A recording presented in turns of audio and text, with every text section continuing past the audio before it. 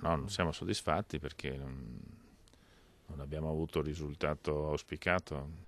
Il giorno dopo, forse, il risultato delle elezioni fa ancora più male. Al PD si aspettavano di poter finalmente governare con una maggioranza che consentisse un quinquennio privo di turbolenze.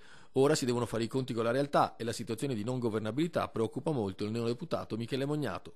Pensiamo al lavoro, alla scuola, alla formazione. Ecco, questa è la nostra vera e grande preoccupazione, per questo dobbiamo assumerci un'altra volta con grande senso di responsabilità tutto il peso per portare fuori questo paese dalle secche. Anche Felice Casson, confermato al Senato, non si nasconde.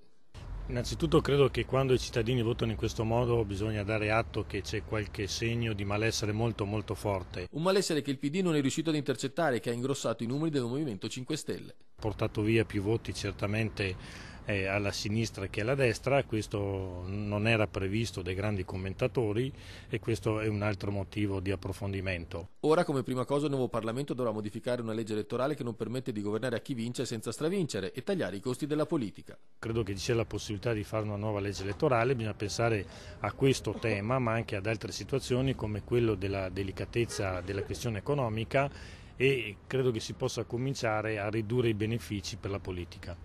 E su questi temi Mognato invita il 5 Stelle a essere chiaro. Cercheremo e chiederemo a tutti di assumersi le proprie responsabilità. Io credo che anche il partito di Grillo, che ha avuto un successo straordinario, i parlamentari adesso dovranno dire cosa vogliono fare su queste questioni.